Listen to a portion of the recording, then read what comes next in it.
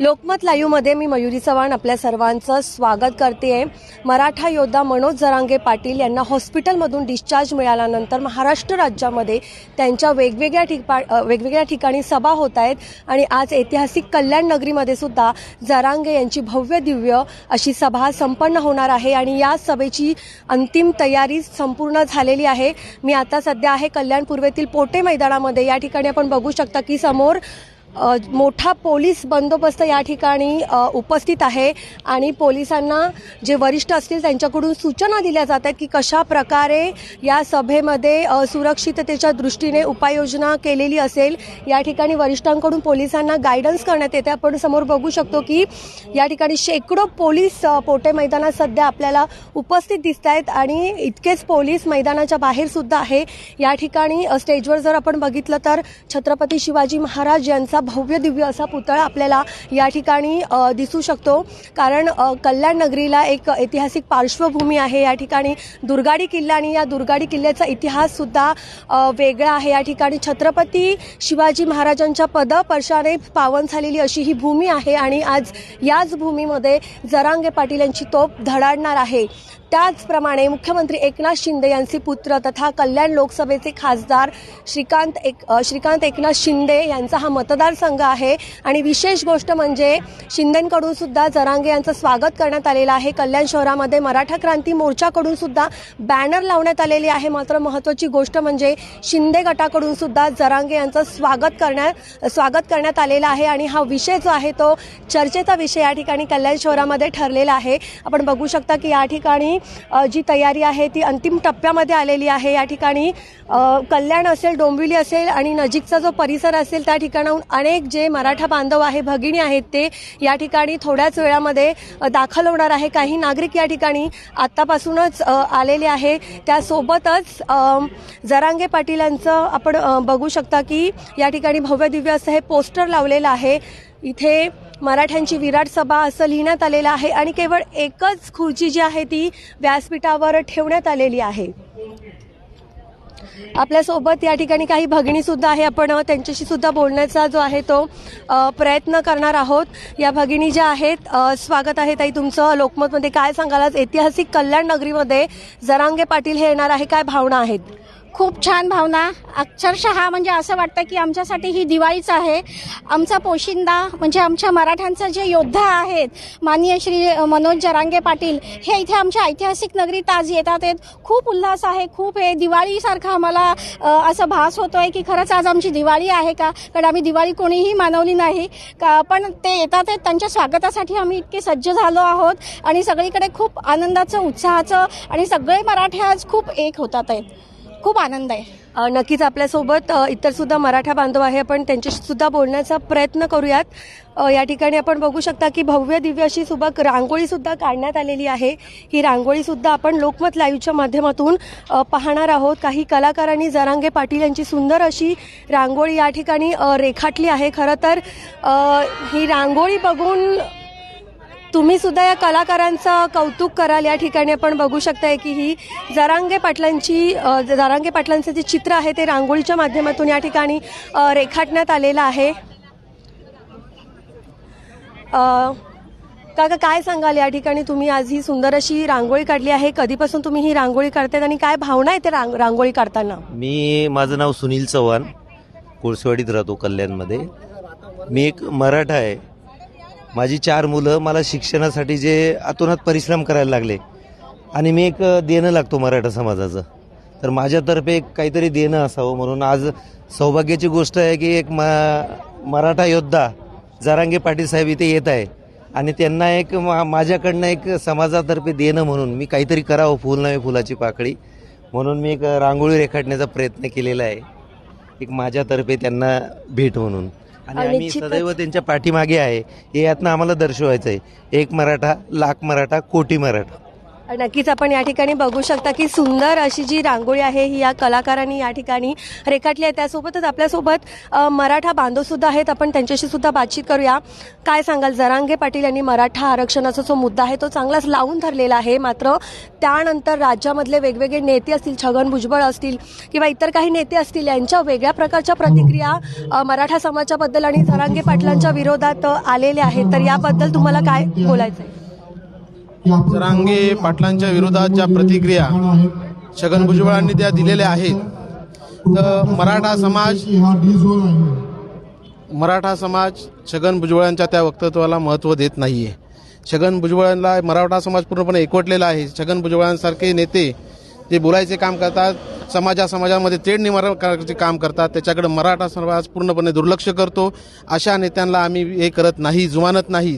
मराठा समाजाची एकी ही या आरक्षणाकरता अजूनही बळकट होत जाईल. जसे जसे हे नेते आमच्या विरोधात बोलत जातील तसं तसं हे आमच्या मराठा आरक्षणाचं पुढं जात जाईल. तरी आम्ही आरक्षण घेतल्याशिवाय आता काही थांबणार नाही. नक्कीच जरांगे पाटील आज कल्याणमध्ये येत आहेत. जरांगे पाटलांवर सुद्धा छगन भुजबळांनी एक आक्रमक शैलीमध्ये टीका केलेली आहे. काय सांगाल तुम्ही या ठिकाणी? हे बघा, आम्ही भुजबळ आहेत ना, त्यांच्या टीकेकडे दुर्लक्ष करतोय. त्यांच्या टीकेकडे लक्ष देऊन त्यांना मोठं का करायचं आपण?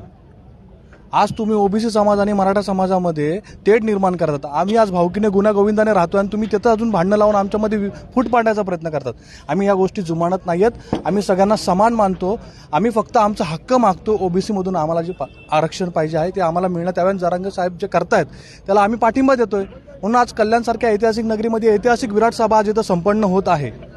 त्यामुळे भुजबळांच्या वक्तव्याकडे लक्ष न देता आपण आपलं एकच ध्येय ठेवायचं आहे की एकच मिशन मराठा आरक्षण आणि एक मराठा लाख मराठा. छत्रपती शिवाजी महाराज की तुमचं आमचं नातं काय? आपल्यासोबत काका सुद्धा या ठिकाणी आहेत.